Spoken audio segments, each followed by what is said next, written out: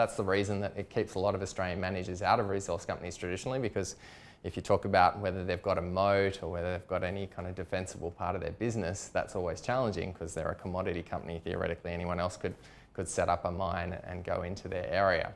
However, there are a few kind of internal and external factors which allowed us to get over that and to invest in these kind of companies.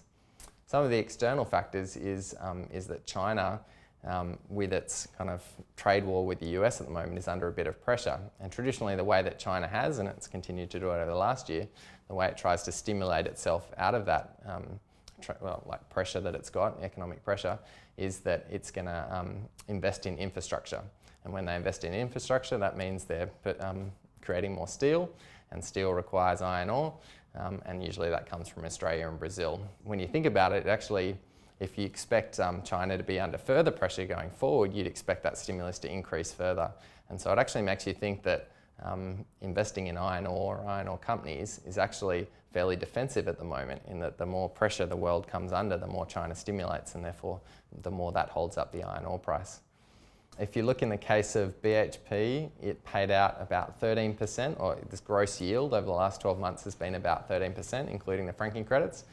Rio Tinto's been about 14%, and Fortescue has paid out a whopping 18% in the form of special dividends. If you add the off-market buybacks of BHP and Rio to those, which are about 7 and 8% of their market caps respectively, BHP and Rio paid out over 20% of their market capitalisation to their investors over that time.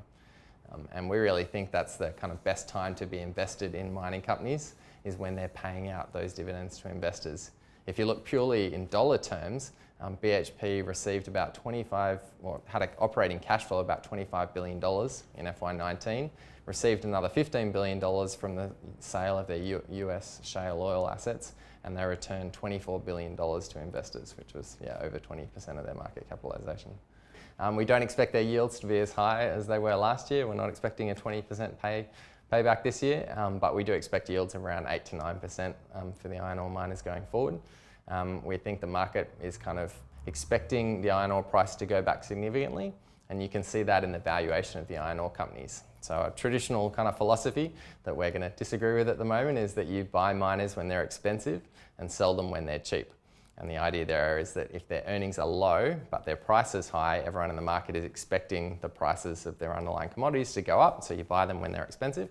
And then when they're cheap, everyone in the market's expecting the commodity price to go down, and therefore you want to sell them at that point.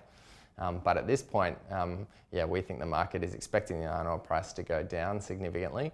BHP is trading on a PE of 12, Rio Tinto on a PE of 10, and Fortescue on a PE of 5. And so there's certainly a lot of expectation in the market for the iron ore price to fall. And if that doesn't occur as quick as the market is expecting, then we expect them to be very profitable and yield a huge amount next year.